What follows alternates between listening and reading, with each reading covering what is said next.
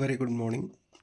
ನಾವೇನು ಮಾಡ್ತಾ ಇದ್ದೀವಪ್ಪ ಅಂದರೆ 2024-25ನೇ ಸಾಲಿನ ಮಾದರಿ ಪ್ರಶ್ನೆ ಪತ್ರಿಕೆ 2 ಗಣಿತ ವಿಷಯಕ್ಕೆ ಸಂಬಂಧಿಸಿದಂತಹ ಸಂಭವನೀಯ ಉತ್ತರಗಳನ್ನು ಅಭ್ಯಾಸ ಮಾಡ್ತಾ ಇದ್ವಿ. ಹಾಗಾದರೆ ಪಾರ್ಟ್ 1ನಲ್ಲಿ 1 mark multiple choice questions, 1 mark questions, 2 mark questions discuss ಮಾಡಿದ್ವಿ. ಈಗೇನಪ್ಪ ಅಂದರೆ 3 ಮಾರ್ಕ್ ಕ್ವಶನ್ಸ್.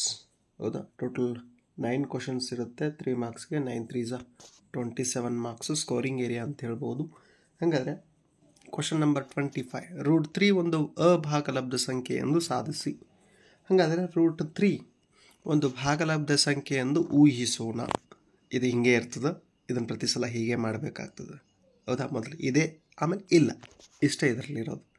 ಹಾಗಾದರೆ ಎಂಪ್ಲೈಸ್ √3 a/b.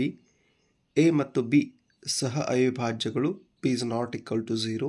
ಎರಡೂ ಕಡೆಗೆ ವರ್ಗ ಮಾಡಿದಾಗ, ಹೌದಾ, ಏನಪ್ಪ ಅಂದರೆ √3 ಇದ್ದಿದ್ದು 3 ಆಗ್ತದೆ, ಆಮೇಲೆ ಎ ಇದ್ದಿದ್ದು a² / b² ಆಗ್ತದೆ. ಹಾಗಾದರೆ 3b² = a², ಇಕ್ವೇಷನ್ 1. ಆದ್ದರಿಂದ ಏನಪ್ಪ ಅಂದರೆ 3a² ಭಾಗಿಸುತ್ತದೆ, 3 ಕೂಡ ಭಾಗಿಸುತ್ತದೆ. a = 3c, c ಯಾವುದೇ ಒಂದು ಪೂರ್ಣಾಂಕ. So a² = 9c², 3b² = 9c², employees b² = 3c². ಆದ್ದರಿಂದ 3 ಮತ್ತು b² ಭಾಗಿಸುತ್ತದೆ, 3b ಕೂಡ ಭಾಗಿಸುತ್ತದೆ. ಹೀಗಾಗಿ a ಮತ್ತು b ಸಾಮಾನ್ಯ ಅಪವರ್ತನಗಳು 3 ಆಗಿವೆ. ಆದರೆ ಇವುಗಳ ಸಹ ಅವಿಭಾಜ್ಯಗಳು ಎಂಬ ಸತ್ಯ ಸಂಗತಿಗೆ ವಿರುದ್ಧವಾಗಿದೆ. ಸಹ ಅವಿಭಾಜ್ಯಗಳು ಎಂಬ ಸತ್ಯ ಸಂಗತಿಗೆ ವಿರುದ್ಧವಾಗಿದೆ. ಆದ್ದರಿಂದ ಎಂಪ್ಲೈಸ್ √3 ಒಂದು ಭಾಗಲಬ್ಧ ಸಂಖ್ಯೆಯಲ್ಲ. ಆದ್ದರಿಂದ √3 ಒಂದು ಭಾಗಲಬ್ಧ ಸಂಖ್ಯೆ ಅಲ್ಲ. ಇನ್ನು question number 26, p of x = x² + 7x + 10. ಈ ವರ್ಗ ಬಹುಪದೋಕ್ತಿಯ ಶೂನ್ಯತೆಗಳನ್ನು ಕಂಡುಹಿಡಿಯಿರಿ ಹಾಗೂ ಶೂನ್ಯತೆಗಳು ಮತ್ತು ಸಹಗಣಕಗಳ ನಡುವಿನ ಸಂಬಂಧ ತಾಳೆ ನೋಡಿ ಅಂತ ಕೇಳಿದ್ದಾರೆ. ಹಾಗಾದ್ರೆ x² + 7x + 10. ಹೌದಾ, ಇದನ್ನೇನು ಮಾಡ್ತೀವಿ ಅಂದರೆ 7x ಒಡ್ಕೊಳ್ತೀವಿ. ಯಾವ ರೀತಿಯಾಗಿ 5x + 2x ಅಂತ. 7x 5x + 2x 7x ಆಗ್ತದೆ. ಹಂಗಾರೆ ಒಡ್ಕೊಂಡು ನಂತರ x ಹೊರಗೆ ತೆಗಿತೀವಿ. x + 5 ಆಗ್ತದೆ, x × x + 5 ಆಗ್ತದೆ, +2 × x + 5 ಆಗ್ತದೆ. ಹಾಗಾದರೆ ಎರಡೂದ್ರಲ್ಲಿ ಕಾಮನ್ ಏನಿದೆ, x + 5 ಇದೆ. ಹಾಗಾದ್ರೆ x + 5 ಬರ್ಕೊಂಡ್ವಿ. ಆಮೇಲೆ ಇಲ್ಲಿ x + 2 ಇದೆ, ಇದನ್ನು ಒಂದು ಕಡೆ ಮಾಡ್ಕೊಂಡ್ವಿ, x + 2. ಆದ್ದರಿಂದ x + 5 = 0, x + 2 = 0. ಹೌದಾ, ಹಾಗಾದ್ರೆ x + 5 ಇದ್ದಿದ್ದು ಏನಾಗ್ತದೆ ಅಂದರೆ x = -5 ಆಗ್ತದೆ. x + 2 = 0 ಇದ್ದಿದ್ದು x = -2 ಆಗ್ತದೆ. ಹಾಗಾದರೆ a = 1, b = 7, c = 10, alpha = -5, beta = -2 ಆಗ್ತದೆ. ಹಾಗಾದರೆ ಆಲ್ಫಾ ಪ್ಲಸ್ ಬೀಟಾ ಸೂತ್ರ -b/a ಇದೆ. ಹಾಗಾದರೆ ಆಲ್ಫಾ -5, ಬೀಟಾ -2 = b 7 -7 ಆಗ್ತದೆ, / a 1 ಇದೆ. ಹಾಗಾದರೆ -5 + -2 ಎರಡು ಸೇರಿಸಿದಾಗ -7 ಆಗ್ತದೆ. ಆಮೇಲೆ -7/1 ಏನಪ್ಪ ಅಂದರೆ 7 ಅಂದಂಗೆ. ಹಾಗಾದರೆ ಏನಪ್ಪ ಅಂದರೆ -7 = -7 ಅನ್ಸು. ಇನ್ನು ಆಲ್ಫಾ × ಬೀಟಾ = c/a. ಆಲ್ಫಾ ಏನಿದೆ -5 ಇದೆ, ಬೀಟಾ ಏನಿದೆ -2 ಇದೆ. ಹಾಗಾದ್ರೆ -5 × -2 = c ಏನಪ್ಪ ಅಂದರೆ 10 ಇದೆ, 10/1. ಸೊ ಏನಪ್ಪ ಅಂದರೆ -5 × -2 ಇಂಟು ಮಾಡಿದಾಗ -- ಕ್ಯಾನ್ಸಲ್ ಆಗ್ತದೆ, 5 × 2 = 10. ಆಮೇಲೆ ಈ ಕಡೆಯೂ 10. ಇನ್ನು 27th ಕೆಳಗಿನ ವರ್ಗೀಕೃತ ದತ್ತಾಂಶಗಳ ಬಹುಲಕವನ್ನು ಕಂಡುಹಿಡಿಯಿರಿ ಅಂತ ಕೇಳಿದ್ದಾರೆ. ವರ್ಗಾಂತರ ಕೊಟ್ಟಿದ್ದಾರೆ, ಆವೃತ್ತಿಯನ್ನು ಕೊಟ್ಟಿದ್ದಾರೆ. ಹಂಗಾರೆ ಬಹುಲಕವಿರುವ ವರ್ಗಾಂತರ ಯಾವುದಪ್ಪ ಅಂದರೆ 12, 16 ಇದು. ಇನ್ನು ಇಲ್ಲಿ L = 12 ಆಗ್ತದೆ, H = ನಡುವಿನ ಡಿಫ್ರೆನ್ಸ್ 4 ಆಗ್ತದೆ, F1 = 10 ಆವೃತ್ತಿ ಫ್ರೀಕ್ವೆನ್ಸಿ.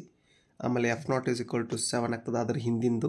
ಹೌದಾ, ಆಮೇಲೆ F2 = ಅದರ ಮುಂದಿಂದು 1 ಆಗ್ತದೆ.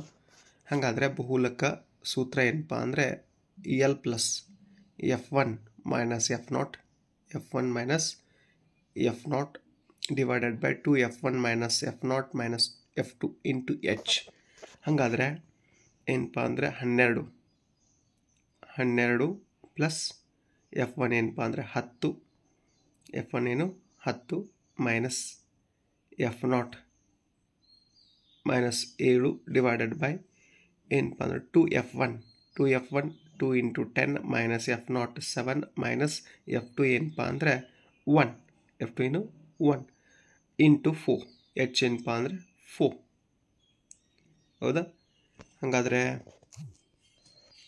12 ಪ್ಲಸ್ 10 ಮೈನಸ್ 7 ಅಂದರೆ ನೋಡ್ರಿ 10 ಮೈನಸ್ 7 ಇತ್ತು, ಅದು 3 ಆಗ್ತದೆ. 2 10s 20 ಮೈನಸ್ 7 ಮೈನಸ್ 1 ಮೈನಸ್ 8 ಆಗ್ತದೆ ಇಂಟು 4 ಆ್ಯಸ್ ಇಟ್ ಈಸ್ ಬರೆದ್ವಿ. ಇನ್ನು 12 ಪ್ಲಸ್ 3 ಡಿವೈಡೆಡ್ ಬೈ 20 ಮೈನಸ್ 8 ಮಾಡಿದ್ರೆ 12 ಆಗ್ತದೆ ಇಂಟು 4 ಆ್ಯಸ್ ಇಟ್ ಈಸ್ ಬರ್ಕೊಂಡ್ವಿ. Then 12 plus 3 1 3 4 1 divide by 4 into 4 ಆಗ್ತದೆ. ನೆಕ್ಸ್ಟು 12 ಪ್ಲಸ್ ಹೌದಾ 1 ಡಿವೈಡ್ ಬೈ 4 ಕ್ಯಾನ್ಸಲ್ ಆಗಿ ಏನಪ್ಪ ಅಂದರೆ 1 ಉಳಿತದೆ. ಹಂಗಾರೆ 13 ಏನಪ್ಪ ಅಂದರೆ ಆನ್ಸರ್. 13 ಏನು ಆನ್ಸರ್. ಅಥವಾ ಕೆಳಗಿನ ವರ್ಗೀಕೃತ ದತ್ತಾಂಶಗಳ ಮಧ್ಯಾಂಕವನ್ನು ಕಂಡುಹಿಡಿಯಿರಿ ಅಂತ ಕೇಳಿದ್ದಾರೆ. ವರ್ಗಾಂತರ ಕೊಟ್ಟಿದ್ದಾರೆ. 0ರಿಂದ 10, 10ರಿಂದ 20, 20ರಿಂದ 30, 30ರಿಂದ 40, 40ರಿಂದ 50 ಆವೃತ್ತಿಗಳನ್ನು 2, 4, 8, 5, 1 ಅಂತ ಕೊಟ್ಟಾರೆ. ಹಂಗಾರೆ ವರ್ಗಾಂತರ ಮತ್ತು ಆವೃತ್ತಿಗಳನ್ನು ಬರೆದು ಸಂಚಿತ ಆವೃತ್ತಿಯನ್ನು ಕಂಡುಹಿಡಿತೀವಿ. ಹೌದಾ? ಏನಪ್ಪ ಅಂದರೆ 0ರಿಂದ 10 ಆವೃತ್ತಿ 2 ಇದೆ. ಆಮೇಲೆ 10ರಿಂದ 20 2 ಪ್ಲಸ್ 4 6 ಆಗ್ತದೆ. 20ರಿಂದ 30 ಹೌದಾ 20ರಿಂದ 30 ಏನಪ್ಪ ಅಂದರೆ 8 6 14 ಆಗ್ತದೆ. 30ರಿಂದ 40 30ರಿಂದ 40 14 ಪ್ಲಸ್ 5 19 ಆಗ್ತದೆ. 40ರಿಂದ 50 40ರಿಂದ 50 ಏನಪ್ಪ ಅಂದರೆ 19 ಪ್ಲಸ್ 1 20 ಆಗ್ತದೆ. ಹಂಗಾರೆ ಏನು ಆವೃತ್ತಿಗಳ ಮೊತ್ತ n = 20 ಆಗ್ತದೆ. ಹಂಗಾರೆ n = 20, n/2 = 20/2 ಅಂದರೆ ಏನು ಕಡ್ತಾ ಹೊಡೆದಾಗ ಉತ್ತರ 10 ಬರ್ತದೆ. ಹಂಗಾರೆ ಮಧ್ಯಾಂಕವಿರುವ ವರ್ಗಾಂತರ ಯಾವುದಪ್ಪ ಅಂದರೆ 20ರಿಂದ 30. 20ರಿಂದ 30. ಹಂಗಾರೆ L = 20, F = 8, CF = 6, H = 10. H = 10. ಹಾಗಾದರೆ ಮಧ್ಯಾಂಕ L plus n/2 minus CF divided by F into H. ಹಾಗಾದರೆ 20 ಪ್ಲಸ್ n/2 10 ಆನ್ಸರ್ ಸಿಕ್ಕಿದೆ. CF ಮೈನಸ್ 6 ಆಮೇಲೆ F ಎಷ್ಟಿದೆ 8 ಇದೆ. ಹಾಗಾದರೆ ಡಿವೈಡ್ ಬೈ 8 ಇಂಟು 10. ಹಾಗಾದರೆ 20 ಪ್ಲಸ್ 10 ಮೈನಸ್ ಅಲ್ಲಿ 6 ಹೋದರೆ 10 ಮೈನಸ್ 6 ಹೋದರೆ 4 ಉಳಿತು. 8 ಆ್ಯಸ್ ಇಟ್ ಈಸ್ ತೊಗೊಂಡ್ವಿ, 10 ಆ್ಯಸ್ ಇಟ್ ಈಸ್ ತೊಗೊಂಡ್ವಿ. Then 20 plus 4 1 4 2 1/2 into 10.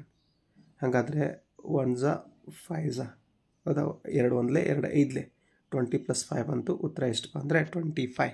ಹಾಗಾದರೆ ಮಧ್ಯಾಂಕ ಎಷ್ಟು 25. ಮಧ್ಯಾಂಕ ಕಂಡುಹಿಡಿ ಅಂತ ಹೇಳಿದರು. ಮಧ್ಯಾಂಕ ಎಷ್ಟು 25. Question number 28. √1 minus cos a divided by 1 plus cos a plus √1 plus cos a divided by 1 minus cos a = 2 cosec a ಎಂದು ಸಾಧಿಸಿ ಅಂತ ಕೇಳಿದ್ದಾರೆ. ಹಾಗಾದರೆ 1 minus cos a divided by 1 plus cos a ಏನಪ್ಪ ಅಂದರೆ √1 minus cos a divided by 1 plus cos a into 1 minus cos a divided by 1 minus cos a. ನಾವೇನು ಮಾಡ್ತೀವಿ ಅಂದರೆ 1 minus cos a divide by 1 plus cos a ಇದನ್ನೇನು ಮಾಡ್ತೀವಿ ಅಂದರೆ into 1 minus cos a divide by 1 minus ನ್ಯೂಮರೇಟರಿಂದ multiply ಮಾಡ್ತೀವಿ. ಹಾಗಾದರೆ √1 minus cos a square divided by ಏನಪ್ಪ ಅಂದರೆ 1 minus cos square a 1 minus cos square a ಅಂತ ಬರಿತೀವಿ. ಹಾಗಾದರೆ √1 minus cos a whole square divided by 1 minus cos square ಏನಾಗ್ತದೆ ಅಂದರೆ sin ಸ್ಕ್ವೇರ್ ಆಗ್ತದೆ. ಹಾಗಾದರೆ 1 ಮೈನಸ್ ರೂಟನ್ನು ತೆಗೆದಾಗ ಸ್ಕ್ವೇರ್ ಮತ್ತು ರೂಟನ್ನು ತೆಗೆದಾಗ 1 minus cos a divided by sin a ಆಗ್ತದೆ. ಯಾಕಂದರೆ ಅದು ಸ್ಕ್ವೇರ್ ಎರಡು ಕ್ಯಾನ್ಸಲ್ ಆಗ್ತವೆ. ಈ ಸ್ಕ್ವೇರ್ ಹೋಗ್ತದೆ, ಈ ಸ್ಕ್ವೇರ್ ಹೋಗ್ತದೆ. ಹಾಗಾದ್ರೆ 1 minus cos a divided by sin a ಬಂತು. ಹಾಗಾದರೆ 1 minus cos a divide by sin a ಏನಪ್ಪ ಅಂದರೆ 1/. sin a minus cos a into sin a, sorry 1 upon sin a minus cos a upon sin a. ಹಾಗಾದರೆ ಇದನ್ನು ಹೆಂಗೆ ಬರಿಬೋದಪ್ಪ ಅಂದರೆ 1 upon sin a ಅನ್ನು cosec a ಅಂತ ಬರಿಬೋದು. ಆಮೇಲೆ cos a upon sin a ಅನ್ನು cot a ಅಂತ ಬರಿಬೋದು. ಹೌದಾ, ಸೂತ್ರಗಳ ಆಧಾರದ ಮೇಲೆ. ಇನ್ನು ಅದೇ ರೀತಿಯಲ್ಲಿ ಹಾಫ್ ಪಾರ್ಟ್ ಆಯ್ತು. ಇದು ಇನ್ನು half part root 1 plus cos A divided by 1 minus cos A, ಹೌದಾ, is equal to cosec A plus cot A. ಇದನ್ನು ಪ್ರೂವ್ ಮಾಡಬೇಕಾಗಿದೆ. ಆದ್ದರಿಂದ root 1 minus cos A divided by 1 plus cos A plus root 1 plus cos A divided by 1 minus cos A is equal to cosec a minus cot a plus cosec a plus cot a is equal to 2 sec a, 2 cosec a is equal to 2 cosec a. ಇವುಗಳ ಆಧಾರದ ಮೇಲೆ ಇವುಗಳ ಆಧಾರದ ಮೇಲೆ ಇದನ್ನು 2 cosec a ಅಂತ ಬರೆಯುವುದು. ಇನ್ನು ಇದೇ ಪ್ರಶ್ನೆಗೆ ಒಂದು ಅಥವಾ ಪ್ರಶ್ನೆ ಅಂತ ಕೇಳಿದ್ದಾರೆ. 1 upon sec a minus sec a minus 1 plus 1 upon sec a plus 1 is equal to 2 cosec a into cot a ಎಂದು ಸಾಧಿಸಿ ಅಂತ ಕೇಳಿದ್ದಾರೆ. ಹಾಗಾದರೆ 1 upon sec a minus 1 plus 1 upon sec a plus 1, ಹಾಗಾದರೆ 1 upon sec a ಏನಿತ್ತಲ್ಲ ಅದನ್ನು ನಾವು ಈ ರೀತಿಯಾಗಿ ಬರ್ಕೋಬೋದು. 1 upon cos a, sec a ಅನ್ನು 1 upon cos a minus 1 ಅಂತ ಬರ್ಕೋಬೋದು. ಆಮೇಲೆ 1 upon sec a plus a plus 1 ಇತ್ತಲ್ಲ, 1 upon sec a plus 1 ಏನಿತ್ತಲ್ಲ ಅದನ್ನು ಕೂಡ 1 upon cos a plus 1 ಅಂತ ಬರ್ಕೋಬೋದು.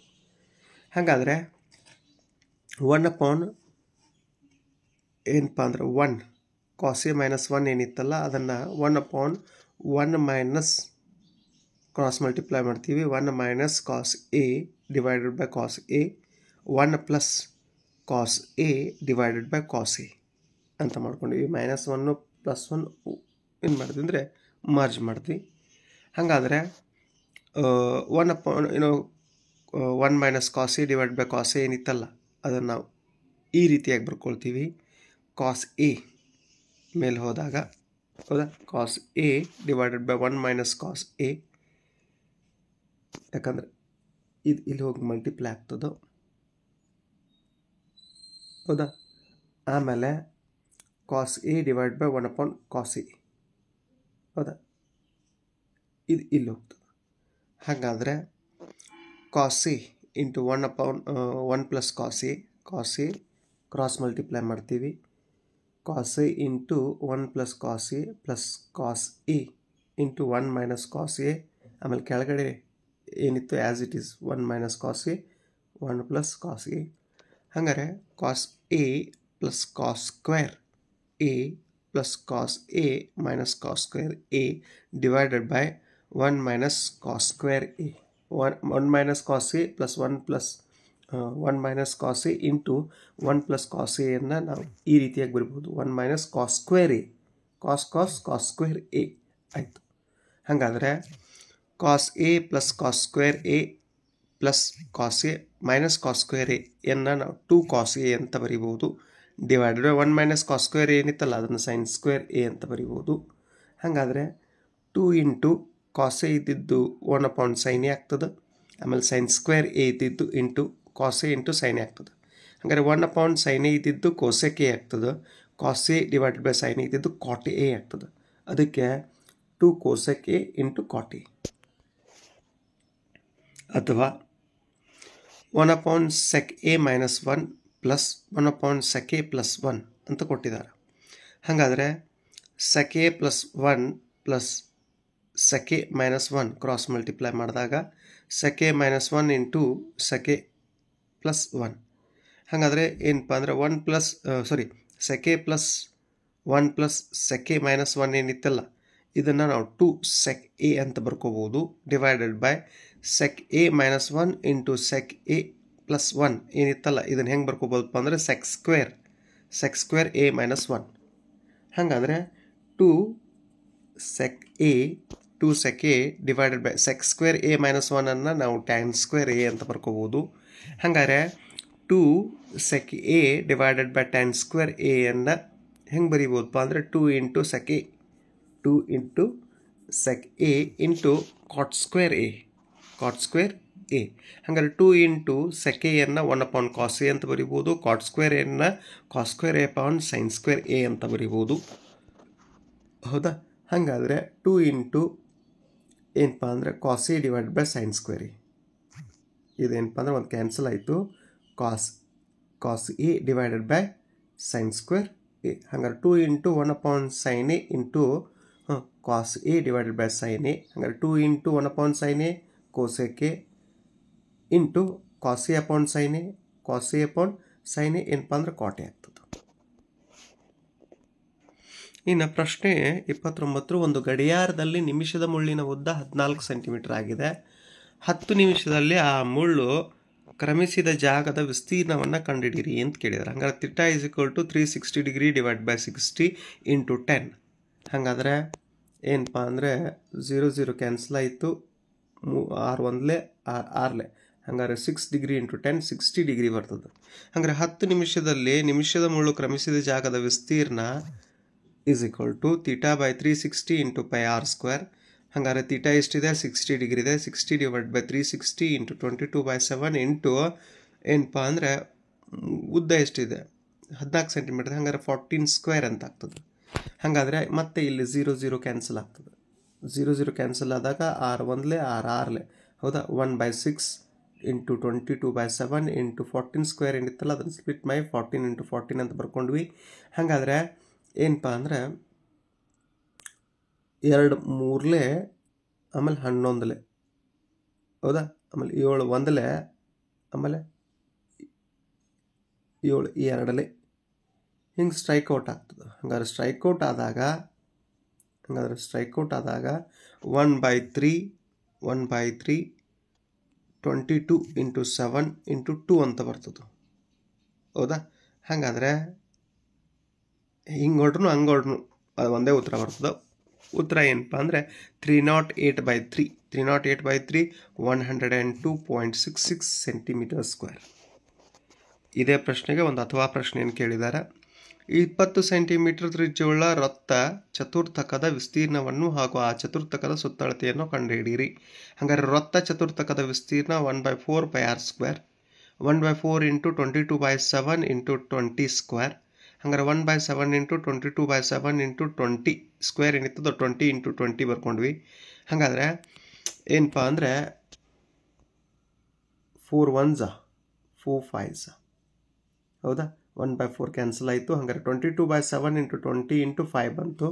ಹಾಗಾದರೆ 20 ಇಂಟು 5 ಏನಪ್ಪ ಅಂದರೆ 100 ಆಗ್ತದೆ. 22/7 ಆ್ಯಸ್ ಇಟ್ ಈಸ್ ಬರ್ಕೊಂಡ್ವಿ. ಹೌದಾ? ಹಾಗಾದ್ರೆ 22 ಇಂಟು 100 2200 ಡಿವೈಡ್ ಬೈ 7 ಆಯಿತು. ಹಾಗಾದರೆ ಏನಪ್ಪ ಅಂದರೆ 2200 ಡಿವೈಡ್ ಬೈ 7 ನಾವು ಕಡ್ತಾ ಹೊಡೆದಾಗ 314.28 ಸೆಂಟಿಮೀಟರ್ ಸ್ಕ್ವೇರ್ ಉತ್ತರ ಬರ್ತದೆ. ಹಾಗಾದ್ರೆ ಚತುರ್ಥಕದ ಸುತ್ತಳತೆ 1/4 into 2 pi R plus 2r ಅಂತ ಬರ್ತದೆ. ಹಾಗಾದ್ರೆ 1/4 ಇಂಟು 2 22/7 ಇಂಟು 20 ಪ್ಲಸ್ 2 ಇಂಟು 20 ಬರ್ತದೆ. ಹಾಗಾದ್ರೆ ಏನಪ್ಪ ಅಂದರೆ ಇದು 2 ಕ್ಯಾನ್ಸಲ್ ಆದಾಗ ಇಲ್ಲಿ 2 ಉಳಿತು. 1/2 ಇಂಟು 22/7 ಇಂಟು 20 2 20s 40. ಹಾಗಾದರೆ ಏನಪ್ಪ ಅಂದರೆ 2 1 2 11 ಹಿಂಗೂ ಕಡ್ತಾ ಹೊಡಿಬೋದು, ಅಥವಾ ಏನೋ 2 1 2 10 ಅಂತಲೂ ಹೊಡಿಬೋದು. ಕಡ್ತಾ ನೀವು ಹೆಂಗೆ ಹೊಡಿತೀರ ನಿಮ್ಗೆ ಬಿಟ್ಟಿದ್ದು. ಹಾಗಾದ್ರೆ 22/7 ಇಂಟು 10 20 ಇದ್ದದನ್ನು ಕಡ್ತಾ ಹೊಡೆದಿದ್ದಾರೆ ಅವರು 10 ಹೌದಾ? ಪ್ಲಸ್ 40. ಹಾಗಾದರೆ ಏನಪ್ಪ ಅಂದರೆ 22 into 10 220 divide by 10 divide by 7 plus ಏನಪ್ಪ ಅಂದರೆ 40 ಆ್ಯಸ್ ಇಟ್ ಈಸ್ ತೊಗೊಂಡ್ವಿ. ಹಾಗಾದರೆ 220 ಡಿವೈಡೆಡ್ ಬೈ 7 ಏನಾಗ್ತದೆ ಅಂದರೆ 31.42 ಆಗ್ತದೆ ಪ್ಲಸ್ 40. ಹಾಗಾದರೆ 71.42 ಸೆಂಟಿಮೀಟರ್ ಸ್ಕ್ವೇರ್. ಇನ್ನು ಪ್ರಶ್ನೆ 30. ಕೊಟ್ಟಿರುವ ನಕ್ಷೆಯಲ್ಲಿ P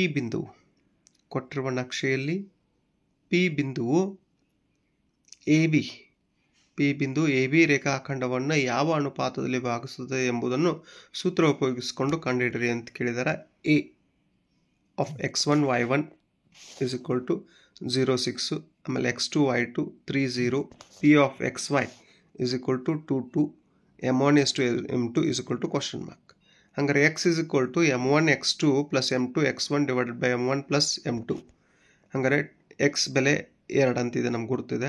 x2 is equal to m1 into 3 plus m2 is equal to 0 divided by m1 plus m2. ಹಂಗಾರೆ 2 m1 plus m1 plus m2 is equal to 3m1. m2 0 ಇತ್ತು, ಅದಕ್ಕೆ 3m1 ಅಷ್ಟು ಉಳಿತು. ಹಂಗಾರೆ 2m1 plus 2m2 is equal to 3m1. ಹಂಗಾದ್ರೆ 2m1 minus 3m1 is equal to minus 2m2 ಆಗ್ತದೆ. L H S ಇದ್ದು R H ಎಸ್ಗೆ ಹೋಯಿತು, ಆರ್ ಎಚ್ ಎಸ್ ಇದ್ದು ಎಲ್ ಎಚ್ ಎಸ್ಗೆ ಬಂದಿರೋದ್ರಿಂದ ಅದರ ಸೈನ್ ಚೇಂಜ್ ಅದು. ಇಲ್ಲಿ ಪ್ಲಸ್ ಇತ್ತದು, ಇಲ್ಲಿ ಬಂದು ಮೈನಸ್ ಆಯಿತು. ಇಲ್ಲಿ ಅದು ಪ್ಲಸ್ ಇತ್ತದು ಬಂದು ಈ ಕಡೆ ಬಂದು ಮೈನಸ್ ಆಯಿತು. ಹಾಗಾದರೆ 2m1 minus 3m1 ಅಲ್ಲಿ ಕಳೆದಾಗ minus m1 is equal to minus 2m2 ಉಳಿತು. ಹಾಗಾದರೆ ಮೈನಸ್ ಮೈನಸ್ ಕ್ಯಾನ್ಸಲ್ ಆಗ್ತದೆ. m1 is equal to 2m2. ಹಾಗಾದರೆ m1 divided by m2 is equal to 2. ಆದ್ದರಿಂದ m1 is to m2. ಹೌದಾ? m1 ಅನುಪಾತ m2 ಏನಪ್ಪ ಅಂದರೆ 2:1 ಅಥವಾ 2:1 ಅನುಪಾತ ಕಂಡುಹಿಡಿ ಅಂತ ಹೇಳಿದರು. ಹೌದಾ? ಆಮೇಲೆ ಆ ಬಿಂದುಗಳನ್ನು ಕೊಟ್ಟಿದ್ದರು. ಹೌದಾ? x1 ಮತ್ತು y1, x1 ಮತ್ತು y1 ಎಷ್ಟಿತ್ತು? 6 ಕೋಯಿನ್ಸೈಡ್ ಆಗ್ತಿತ್ತು. ಆಮೇಲೆ x1 ಏನಾಗ್ತಿತ್ತಪ್ಪ ಅಂದರೆ 0 ಕೋಯಿನ್ಸೈಡ್ ಆಗ್ತಿತ್ತು. x2 ಏನಪ್ಪ ಅಂದರೆ 3 ಕೋಯಿನ್ಸೈಡ್ ಆಗ್ತಿತ್ತು. x2 ಏನಾಗ್ತಿತ್ತು? 3 ಕೋಯಿನ್ಸೈಡ್ ಆಗ್ತಿತ್ತು. y2 0ಗೆ ಆತಕ್ಕಂತೆ ಗ್ರಾಫ್ ಬಿಡಿಸ್ಬೇಕು ನೀವು. ಇನ್ನು ಈ ಚಿತ್ರದಲ್ಲಿ ಎ ಬಿ ರೇಖಾಖಂಡವನ್ನು 1:2 ಅನುಪಾತದಲ್ಲಿ ಆಂತರಿಕ ವಿಭಾಗಿಸುವ ಬಿಂದುವಿನ ನಿರ್ದೇಶಾಂಕಗಳನ್ನು ಭಾಗ ಪ್ರಮಾಣ ಸೂತ್ರ ಬಳಸಿ ಕಂಡುಹಿಡಿಯಿರಿ ಅಂತ ಕೇಳಿದ್ದಾರೆ. ಹಾಗಾದರೆ x1 ಎಷ್ಟಿದೆ? 2 ಇದೆ. x1 ಎಷ್ಟಿದೆ? 2 ಇದೆ. y1 ಎಷ್ಟಿದೆ? 5 ಇದೆ. x1 y1 ಆಮೇಲೆ x2 5 ಇದೆ. x2 ಎಷ್ಟಿದೆ? 5 ಇದೆ. ಆಮೇಲೆ y2 ಎಷ್ಟಿದೆ? 2 ಇದೆ. y2 ಎಷ್ಟಿದೆ? 2 ಇದೆ. ಹೌದಾ? ಹಾಗಾದರೆ ಏನಪ್ಪ ಅಂದರೆ xy is equal to ಸೂತ್ರ m1 x2 plus m2 x1 divided by m1 plus m2, m1 y2 plus m2 y1 divided by m1 plus m2. ಹಾಗಾದರೆ ಅವುಗಳ ಬೆಲೆಯನ್ನು ತುಂಬಿದಾಗ m1 ಎಷ್ಟಿದೆ? m1 1 ಇದೆ. ಆಮೇಲೆ x2 ಎಷ್ಟಿದೆ? 5 ಇದೆ. x2 ಎಷ್ಟಿದೆ? 5 ಇದೆ. ಆಮೇಲೆ m2 2. ಹೌದಾ? x1 ಎಷ್ಟಿದೆ? 2 ಇದೆ. ಹಾಗಾದರೆ ಅವುಗಳ ಬೆಲೆಯನ್ನು ತುಂಬಿಕೊಂಡಾಗ ಬೆಲೆಯನ್ನು ನೋಡ್ರಿ. m1 1 ಇದೆ, m2 2 ಇದೆ. ಹಾಗಾದ್ರೆ 1 + 2, ಇಲ್ಲೂ ಕೂಡ 1 + 2. ಆಮೇಲೆ m1ನ ಬೆಲೆ 1, y2ನ ಬೆಲೆ 2, ಆಮೇಲೆ m2ನ ಬೆಲೆ 2, y1ನ ಬೆಲೆ 5. ಅವುಗಳನ್ನು ಇಲ್ಲಿ ತುಂಬಲಾಗಿದೆ. ಹಾಗಾದರೆ 5 × 1 = 5, 2 × 2 = 4, 5 + 4 ಡಿವೈಡೆಡ್ ಬೈ 3 ಬಂತು. ಆಮೇಲೆ 2 × 1 = 2 ಪ್ಲಸ್ 2 × 5 = 10. ಹೌದಾ? Divide by 3. ಹಾಗಾದರೆ 5 + 4 9, 9/3, 2 + 10 12/3. ಹಾಗಾದ್ರೆ ಏನು ಕಡ್ತಾ ಹೊಡೆದಾಗ 3 × 1 = 3, 3 × 3 ಉತ್ತರ ಬಂತು. 3 × 1 = 3, 4 × 4 ಉತ್ತರ ಬಂತು. ಹಾಗಾದ್ರೆ ಆ ಎರಡು ಬಿಂದುಗಳು ಯಾವಪ್ಪ ಅಂದರೆ 3 ಮತ್ತು 4. ಆ ಎರಡು ಬಿಂದುಗಳು ಯಾವುವು? 3 ಮತ್ತು 4. ಪ್ರಶ್ನೆ 31. ವೃತ್ತದ ಮೇಲಿನ ಯಾವುದೇ ಬಿಂದುವಿನಲ್ಲಿ ಎಳೆದ ಸ್ಪರ್ಶಕವು ಸ್ಪರ್ಶ ಬಿಂದುವಿನಲ್ಲಿ ಎಳೆದ ತ್ರಿಜ್ಯಕ್ಕೆ ಲಂಬವಾಗಿರುತ್ತದೆ ಎಂದು ಸಾಧಿಸಿ. ಉತ್ತರ: ದತ್ತ O ವೃತ್ತ ಕೇಂದ್ರವಾಗಿದೆ ಮತ್ತು P ಬಿಂದುವಿನಲ್ಲಿ XY ಒಂದು ಸ್ಪರ್ಶಕವಾಗಿದೆ. ಸಾಧನೀಯ OP ಪರ್ಪೆಂಡಿಕ್ಯುಲರ್ ಟು XY. ಹಾಗಾದ್ರೆ ರಚನೆ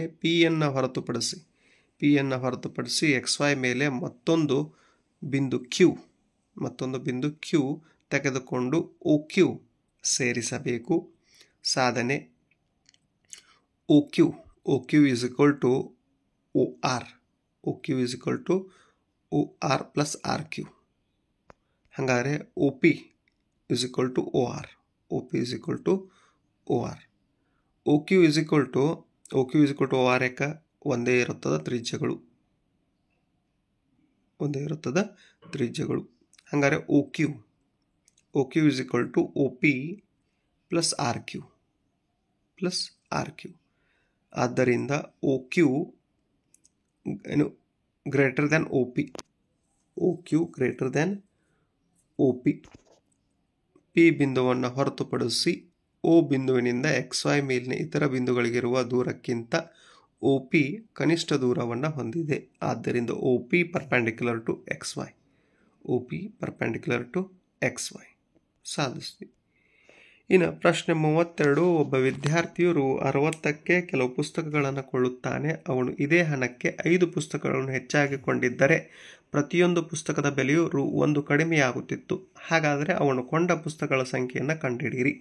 ಪುಸ್ತಕಗಳ ಸಂಖ್ಯೆ ಎಕ್ಸ್ ಪ್ಲಸ್ 5, ಪ್ರತಿ ಪುಸ್ತಕದ ಬೆಲೆ 60/x, ಆಮೇಲೆ 60/x ಪ್ಲಸ್ 5. ಆದ್ದರಿಂದ 60/x minus 60/x plus 5 is equal to 1. ಹಾಗಾದರೆ ಕ್ರಾಸ್ ಮಲ್ಟಿಪ್ಲೈ ಮಾಡಿದಾಗ 60 into x plus 5 minus 60x divided by x into x plus 5 is equal to 1. ಹಾಗಾದರೆ 60 ಇದನ್ನು ಮಲ್ಟಿಪ್ಲೈ ಮಾಡಿದಾಗ 60 ಇಂಟು ಎಕ್ಸ್ 60x 6×5 30 ಅಂದರೆ 300 ಆಗ್ತದೆ. ಆಮೇಲೆ minus 60x as it is ತೊಗೊಂಡ್ವಿ. X into X square ಆಗ್ತದೆ. ಆಮೇಲೆ ಎಕ್ಸ್ ಇಂಟು 5x ಆಗ್ತದೆ ಇಸ್ ಈಕ್ವಲ್ ಟು 1. ಹಾಗಾದರೆ ಏನಪ್ಪ ಅಂದರೆ 300 60x ಮತ್ತು plus x 60 minus x cancel ಆದವು. 300 divide by x square plus 5x is equal to 1 ಬರ್ತದೆ. ಹಾಗಾದರೆ x square plus 5x is equal to 300 ಬರ್ದ್ವಿ. ಹಾಗಾದ್ರೆ x square plus 5x is equal to 300 ಏನಿತ್ತಲ್ಲ ಅದನ್ನು ಒಳಗೆ ತೊಗೊಂಡಾಗ RHSನ LHS ಸೈಡ್ ತೊಗೊಂಡಾಗ ಮೈನಸ್ 300 ಇಸ್ ಈಕ್ವಲ್ ಟು 0 ಆಗ್ತದೆ. ಹಾಗಾದ್ರೆ ಎಕ್ಸ್ ಸ್ಕ್ವೇರ್ ಸ್ಪ್ಲಿಟ್ ಮಾಡ್ತೀವಿ ಇದನ್ನು, ಯಾವುದನ್ನು 5xನ್ನು. ಹೇಗೆ ಕೂಡಿಸಿದಾಗ 20x ಬರ್ತದೆ, ಕಳೆದಾಗ 5x ಬರ್ತದೆ. ಹೌದಾ? ಹಾಗಾದ್ರೆ 20x ಮೈನಸ್ 15x ಬೆಲೆ 5x ಉಳಿತದೆ, ಅದನ್ನು ಸ್ಪ್ಲಿಟ್ ಮಾಡ್ಕೊಳ್ತೀವಿ. ಹಾಗಾದ್ರೆ x square plus 20x minus 15x minus 300 is equal to 0 ಅಂತ ತಗೋತೀವಿ. ಹಾಗಾದ್ರೆ ಏನಪ್ಪ ಅಂದರೆ ಎಕ್ಸನ್ನು ಕಾಮನ್ ತೆಗೆದಾಗ x into x plus 20 minus 15 into x plus 20 is equal to 0. ಹಾಗಾದ್ರೆ ಕಾಮನ್ ಇರೋದೇನು ಎಕ್ಸ್ ಪ್ಲಸ್ 20 ಇವೆರಡರಲ್ಲಿ, ಅದಕ್ಕೆ ಎಕ್ಸ್ ಪ್ಲಸ್ 20ನ ಬರ್ಕೊಂಡ್ವಿ. ಆಮೇಲೆ ಹೊರಗಡೆ ಇರೋದು ಎಕ್ಸ್ ಮೈನಸ್ 15 ಅದನ್ನು ಬರ್ಕೊಂಡ್ವಿ ಇಸ್ ಈಕ್ವಲ್ ಟು 0. ಹಾಗಾದ್ರೆ x plus 20 is equal to 0, x minus 15 is equal to 0. ಹಾಗಾದ್ರೆ ಎಕ್ಸ್ ಪ್ಲಸ್ 20 ಇದ್ದಿದ್ದು x is equal to minus 20 ಅಥವಾ x is equal to plus 15. ಆದ್ದರಿಂದ ಪುಸ್ತಕಗಳ ಸಂಖ್ಯೆ 15. ಆದ್ದರಿಂದ ಪುಸ್ತಕಗಳ ಸಂಖ್ಯೆ ಎಷ್ಟು? 15. ಪ್ರಶ್ನೆ 33. ಪಕ್ಕದ ಚಿತ್ರದಲ್ಲಿ ABC ಗಳು ಕ್ರಮವಾಗಿ OP, OQ, OC ಮೇಲಿನ ಬಿಂದುಗಳಾಗಿವೆ. AB ಸಮಾಂತರ PQ, AB ಸಮಾಂತರ PQ ಮತ್ತು AC ಸಮಾಂತರ PR ಆದಾಗ BC ಸಮಾಂತರ QR ಎಂದು ತೋರಿಸಿ. ಹೌದಾ? ತ್ರಿಭುಜ OPQಯಲ್ಲಿ AB ಸಮಾಂತರ PQ, ಆದ್ದರಿಂದ OA divided by OP is equal to OB divided by BQ. So on equation 1 ಥೇಲ್ಸನ ಪ್ರಮೇಯ. ಇನ್ನು ತ್ರಿಭುಜ OPR ಯಲ್ಲಿ AC ಸಮಾಂತರ PR, ಆದ್ದರಿಂದ OC divide by CR is equal to OA divide by AP. Equation 1 ಥೇಲ್ಸನ ಪ್ರಮೇಯದ ಆಧಾರದ ಮೇಲೆ ಇಕ್ವೇಷನ್ 1 ಮತ್ತು 2ರಿಂದ OB divided by BQ is equal to OC divide by CR, ಆದ್ದರಿಂದ BC ಸಮಾಂತರ QR, BC ಸಮಾಂತರ QR ಥೇಲ್ಸನ ಪ್ರಮೇಯದ ವಿಲೋಮ ಪ್ರಮೇಯದ ಆಧಾರದ ಮೇಲೆ, ಥೇಲ್ಸನ ಪ್ರಮೇಯದ ವಿಲೋಮ ಪ್ರಮೇಯದ ಆಧಾರದ ಮೇಲೆ. ಹೌದಾ? ಹಾಗಾದರೆ ನಾವು ಇಲ್ಲಿವರೆಗೂ ಏನು ಮಾಡಿದ್ವಪ್ಪ ಅಂದರೆ 2024-25ನೇ ಸಾಲಿನ ಮಾದರಿ ಪ್ರಶ್ನೆ ಪತ್ರಿಕೆ 2 ಗಣಿತದ ಸಂಭವನೀಯ ಉತ್ತರಗಳನ್ನು ಅಭ್ಯಾಸ ಮಾಡ್ತಾ ಇದ್ವಿ. ಭಾಗ 1ರಲ್ಲಿ multiple choice 1 marks 2 marks discuss ಮಾಡಿದ್ವಿ. ಭಾಗ 2ರಲ್ಲಿ ಈಗ ಏನು ಮಾಡಿದ್ವಿ ಅಂದರೆ 3 ಅಂಕದ ಪ್ರಶ್ನೆಗಳನ್ನು ಡಿಸ್ಕಸ್ ಮಾಡಿದ್ವಿ. ಇನ್ನು ಭಾಗ 3ರಲ್ಲಿ 4 ಅಂಕ ಮತ್ತು 5 ಅಂಕದ ಪ್ರಶ್ನೆಗಳನ್ನು ಡಿಸ್ಕಸ್ ಮಾಡೋಣ ಅಂತ ಹೇಳ್ತಾ, ಆದಷ್ಟು ನಿಮ್ಮ ಸ್ನೇಹಿತರಿಗೆ ಈ ವಿಡಿಯೋಗಳನ್ನು ಹಂಚಿಕೊಳ್ಳ್ರಿ. ಹೌದಾ? ಆಮೇಲೆ ಇವುಗಳನ್ನು ಪ್ರಾಕ್ಟೀಸ್ ಮಾಡಿರಿ, ಬಿಡಿಸ್ರಿ. ಕೇಳ್ತಾ ಪ್ರಾಕ್ಟೀಸ್ ಮಾಡಿರಿ, ಬಿಡಿಸ್ರಿ. ಎಷ್ಟು ಬಿಡಿಸ್ತೀರ, ಗಣಿತ ಕೇಳೋದಲ್ಲ. ಉಳಿದ 5 ಸಬ್ಜೆಕ್ಟ್ ನಾನೇನು ಯೂಟ್ಯೂಬಲ್ಲಿ ಬಿಡಿಸಾಕಿದ್ದೀನಲ್ಲ ಅದು ಕೇಳೋದು. ಬಟ್ ಇದನ್ನು ಕೇಳ್ತಾ ಕೇಳ್ತಾ ಬಿಡಿಸಿದ್ರೆ ಮಾತ್ರ ನಿಮ್ಗೆ ಎಕ್ಸಾಮಲ್ಲಿ ಯೂಸ್ಫುಲ್ ಆಗ್ತದೆ, ಈ ಸೂತ್ರಗಳು ನೆನಪುಳಿತಾವೆ, ಇಲ್ಲದ್ರೆ ಏನೂ ಉಪಯೋಗಕ್ಕೆ ಬರಲ್ಲ ಅಂತ ಹೇಳ್ತಾ ಒಳ್ಳೆಯದಾಗಲಿ. ಇವತ್ತು ಪೇಪರ್ ಬರೆಯುತ್ತಿರುವಂಥ ಎಲ್ಲರಿಗೂ ಒಳ್ಳೆಯದಾಗಲಿ ಅಂತ ಹೇಳ್ತಾ ಥ್ಯಾಂಕ್ ಯು ಸೊ ಮಚ್.